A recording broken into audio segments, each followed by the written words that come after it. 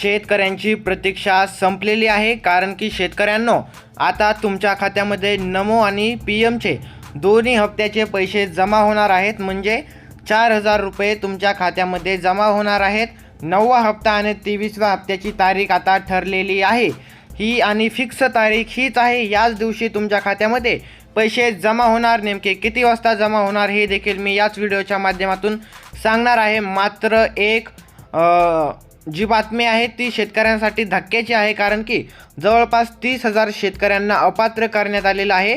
ते शेतकरी कोणते आहेत हे देखील आपण या एकाच व्हिडिओच्या माध्यमातून पाहणार आहोत. त्याकरिता तुम्हाला हा व्हिडिओ आता शेवटपर्यंत पाहायचा आहे. थोडा देखील स्किप करायचा नाही, जेणेकरून तुम्हाला येणारी नवीन अपडेट सर्वात अगोदर पाहायला मिळेल. चॅनलला आत्ताच सबस्क्राईब करा व चॅनलवर नवीन असाल तर सबस्क्राईब करून घ्या.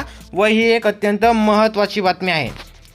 तर शेतकरी मित्रांनो, तुम्ही आता येथे पाहू शकता PM किसान आणि नमोचा हप्ता रुपये 4,000 जमा. खुशखबर, तारीख ठरली. हो शेतकरी मित्रांनो, तारीख ठरलेली आहे. आता तुमच्या खात्यामध्ये देखील पैसे जमा होणार आहेत. 4,000 रुपये टोटल. आता नेमके हे पैसे कोणाच्या खात्यावर जमा होणार व कोणत्या बँकेत जमा होणार हे अत्यंत महत्त्वाचं आहे, कारण की भरपूर शेतकरी आता जे पात्र होते त्यांना अपात्र करण्यात आलेलं आहे. आणि चला आता आपण पाहूयात की नेमकं केंद्र सरकारमार्फत काय सांगण्यात आलेलं आहे या अपात्र शेतकऱ्यांबद्दल. तर PM आणि नमोचा हप्ता रुपये 4,000 जमा. खुशखबर, आता तारीख ठरलेली आहे. तर शेतकरी मित्रांनो, इथे तुम्ही पाहू शकता की आता केंद्र सरकारने हप्ता वितरण तारीख जाहीर केलेली आहे आणि कोणत्या बँकेत पैसे येणार हे पण सांगितलेलं आहे. आपण नेमके पात्र व अपात्र शेतकरी कोणते आहेत हे पाहण्या अगोदर नेमके कोणत्या बँकेत पैसे येणार हे अत्यंत महत्त्वाचं आहे, कारण की जर तुमचे खाते या बँकेत नसेल तर तुम्हाला हप्ता यायला देखील अडचण येऊ शकते किंवा तुम्ही अपात्र देखील असू शकतात. म्हणून तुम्हाला व्हिडिओ शेवटपर्यंत पाहायचा आहे. तर महत्त्वाचं काय आहे, तर केंद्र सरकारने हप्ता वितरित करण्याची तारीख जाहीर केलेली आहे. म्हणजे आता तारीख तर फिक्स आहे. आता पाहायचं की कोणत्या बँकेत पैसे येणार आहेत हे पण त्यांना सांगितलं आहे. तर कोणत्या बँकेत पैसे येणार आहेत, चला आपण सविस्तररित्या पाहूयात. नेमके देवेंद्र फडणवीस व नरेंद्र मोदी केंद्र सरकार व राज्य सरकार मिळून शेतकऱ्यांच्या खात्यात 4,000 रुपये टाकणार आहेत. ते नेमकं कसे येणार आहेत ते. तर शेतकरी मित्रांनो, पहिलं बघायला गेलं तर या बँकांमध्ये येणार पैसे. तर आता ज्या या बँका आहेत या बँकांमध्येच पैसे येणार आहेत व याच्या व्यतिरिक्त बँका असतील तर पैसे कधी येणार व कसे येणार हे देखील आपण याच व्हिडिओच्या माध्यमातून पाहूयात. तर शेतकरी मित्रांनो, महत्त्वाची आता जी पहिली बँक आहे सरकारकडून सांगण्यात आलेली आहे, ती पहिली बँक आहे स्टेट बँक ऑफ इंडिया. जी स्टेट बँक ऑफ इंडिया आहे त्या बँकेच्या खात्यामध्ये ज्या शेतकऱ्यांचे खाते असेल त्या शेतकऱ्यांना पैसे मिळून जातील. पहिल्या टप्प्यातील असो किंवा दुसऱ्या टप्प्यात असो, मात्र या बँकेतील शेतकऱ्यांच्या खात्यामध्ये पैसे हे 100% जमा केले जातील. ही आनंदाची बातमी आहे. तर पहिली जी बँक होती ती होती state bank of India. SBI बँकेमध्ये पैसे जमा केले जाणार आहेत. त्यानंतर जी दुसरी बँक आहे ती आहे bank of Maharashtra. Bank of महाराष्ट्रमध्ये देखील आता पैसे जमा होणार आहेत. शेतकऱ्यांसाठी आनंदाची बातमी आहे, कारण की महाराष्ट्रातील अनेक व भरपूर शेतकऱ्यांचे खाते जे आहेत ते याच बँकेमध्ये असते, बँक ऑफ महाराष्ट्रमध्ये. तर बँक ऑफ महाराष्ट्रमध्ये आता 4,000 रुपये हे जमा केले जाणार आहेत. फक्त शेतकऱ्यांना काय करायचं आहे, जेणेकरून तुमच्या बँक खात्यात पैसे येतील व तुम्ही अपात्र राहणार नाहीत, हे आपण पुढे पाहणारच आहोत. तर ही 2 बँका झाल्यानंतर आता जी तिसरी बँक आहे, जी बँक आहे ती म्हणजे आहे HDFC बँक. आता HDFC बँकेमध्ये देखील भरपूर जणांचे खाते आहेत, महाराष्ट्रातील असो किंवा आता महाराष्ट्राच्या बाहेरील शेतकरी असो, तर या बँकेला देखील प्राधान्य देण्यात आलेलं आहे. त्यानंतर जी चौथी बँक आहे ती म्हणजे आहे ICICI बँक. जी ICICI बँक आहे या बँकांना देखील प्राधान्य देण्यात आलेलं आहे. म्हणजे जर तुमचे आता ह्या पाहिलेल्या आपण ज्या 4 बँकांमध्ये खाते असतील तर तुमच्या खात्यामध्ये आता 2,000 रुपये प्लस 2,000 रुपये हे 4,000 रुपये असे जमा केले जाणार आहेत. त्यानंतर आता ही 5वी बँक जी आहे ती आहे ॲक्सिस बँक. ॲक्सिस बँकमध्ये देखील बहुतेक शेतकऱ्यांचे खाते असते. तर या बँकेत खाते असेल तरी देखील तुमच्या खात्यात 2,000 रुपये जमा केले जातील.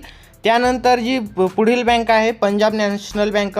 पंजाब नॅशनल बँकमध्ये देखील खाते असेल तर तो खात्यामध्ये पैसे जमा केले जातील. पंजाब नॅशनल बँक झाली की आता जी बँक आहे ती आहे कॅनरा बँक. कॅनरा बँकेमध्ये देखील खाते असतील तर तुमच्या खात्यामध्ये पैसे हे जमा केले जातील. आता आपण जर पुढे पाहायला गेलं शेतकरी मित्रांनो, तर 3 बँका राहिलेल्या आहेत. त्याच्यामध्ये आहे union bank of India. Union bank of इंडियामध्ये खाते असेल तरी तुमच्या खात्यामध्ये पैसे जमा केले जातील. त्यानंतर पुढील जी आहे महत्त्वाची म्हणजे कोटक महिंद्रा बँकेमध्ये खाते असेल तरी तुमच्या खात्यामध्ये पैसे जमा होतील. व महत्त्वाचे म्हणजे IDBI बँकेमध्ये देखील आता बहुतेक शेतकऱ्यांचे खाते आहे. तर या बँकेमध्ये जर तुमचे खाते असेल तर तुम्हाला लवकरात लवकर पैसे दिले जातील. व या व्यतिरिक्त जर तुमचे बँकामध्ये खाते असेल किंवा या व्यतिरिक्त ज्या काही बँका आहेत तरी देखील तुमच्या खात्यामध्ये पैसे जमा होणार आहेत. ते कसे जमा होणार आहेत हे मी तुम्हाला पुढे सांगणारच आहे. तर आपण ह्या पाहिलेल्या महत्त्वाच्या 10 बँका होत्या. त्याच्यामध्ये पहिली आहे SBI बँक. त्यानंतर दुसरी जी आहे ती आहे बँक ऑफ महाराष्ट्र. त्यानंतर तिसरी जी आहे HDFC बँक. HDFC बँक झाल्यानंतर चौथी जी आहे ICICI बँक. ICICI बँक झाल्यानंतर ॲक्सिस बँक आहे. ॲक्सिस बँक नंतर पंजाब नॅशनल बँक आहे. पंजाब नॅशनल बँक आहे. त्यानंतर कॅनरा बँक आहे. युनियन बँक आहे आणि कोटक महिंद्रा बँक आणि IDBI बँक अशा बँकांमध्ये खाते असेल तर सर्व शेतकऱ्यांच्या खात्यामध्ये 4,000 रुपये नमो शेतकरी व PM किसानचे दिले जातील. तर आता शेतकरी मित्रांनो, जर आता तुमचे या बँकांमध्ये खाते नाही, मग तुमच्या बँक खात्यामध्ये पैसे कसे जमा होणार व नेमके पात्र व अपात्र जे शेतकरी केलेले आहेत ते कोण आहेत आता आपण पाहूयात. तर शेतकरी मित्रांनो, हजारो शेतकरी अपात्र यावेळेस फक्त 90,50,000 शेतकऱ्यांनाच लाभ. तर आपण गेल्या वेळेस पाहिलं होतं की 92,50,000 असे काहीतरी शेतकरी होते. त्या शेतकऱ्यांना नमो शेतकरीच्या 8व्या हप्त्याचा, 7व्या हप्त्याचा, 6व्या हप्त्याचा लाभ मिळालेला होता महाराष्ट्रामधील शेतकऱ्यांना. मात्र आता असं नाही. महाराष्ट्रामधील फक्त 90,50,000 शेतकऱ्यांनाच लाभ मिळणार आहे. कारण की आता जसं PM किसानमध्ये PM किसानचा जो 19वा हप्ता होता त्या हप्त्यापासूनच शेतकरी अपात्र करायला सुरू होते आणि नमो शेतकरीमध्ये देखील मागील 2 हप्त्यापासून शेतकऱ्यांना अपात्र करण्यात सुरू केलेलं आहे. कारण की बहुतेक शेतकरी हे पात्रता बसत नव्हती, तरी पण त्यांनी लाभ घेण्याचा प्रयत्न केला होता. म्हणून आता कठोर करण्यात आलेला आहे व शेतकऱ्यांना वगळण्यात येत आहे. तर आता आपण पाहायचं आहे आता नेमकं तुम्हाला हप्ता मिळणार आहे का नाही. महत्त्वाचं म्हणजे जर तुम्हाला याच्या आधीचे हप्ते मिळाले असेल तर तुम्हाला वाटेल की तुम्हाला या वेळेसचा देखील हप्ता येणार. मात्र तसे काही होणार नाही आहे.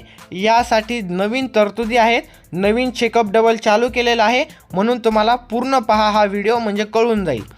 तर शेतकरी मित्रांनो, आता पहा, ज्या शेतकऱ्यांना 23वा हप्ता मिळेल असेच शेतकरी पात्र असतील नमो शेतकरीच्या 9व्या हप्त्यासोबतसाठी. कळालं. तर ज्या शेतकऱ्यांना 23वा हप्ता मिळालेला आहे असे शेतकरी पात्र असणार आहेत नमो शेतकरीच्या 9व्या हप्त्यासाठी. आणि आता 23वा हप्ता कधी देण्यात येणार आहे, तर 23वा हप्ता 20 जून रोजी देण्यात येणार आहे. 20 जूनला पैसे तुमच्या खात्यामध्ये जमा केले जातील 2,000 रुपये. आणि आता नमोचे पैसे 2,000 येणार का, चला पाहूयात. तर आता इथे पहा, नेमकं आता हे अपात्र शेतकरी कोण आहेत, अपात्र शेतकरी कोणाला केलेला आहे पाहूयात आपण. जर किसान कार्ड नसेल तर अपात्र आहात. EKYC अनिवार्य आहे. आधार सीडिंग असायलाच हवी. किसान कार्ड बहुतेक शेतकऱ्यांना काढून घेतलं होतं केव्हा, जेव्हा 22वा हप्ता 22वा व 20वा हप्ता याच्यामध्ये जो 21वा हप्ता होता, तर 21व्या हप्त्याच्या दरम्यान शेतकऱ्यांना किसान कार्ड काढून घेण्याचं सांगण्यात आलेलं होतं. बहुतेक शेतकऱ्यांनी किसान कार्ड काढलं नव्हतं तरी देखील त्यांना 22वा हप्ता देण्यात आला.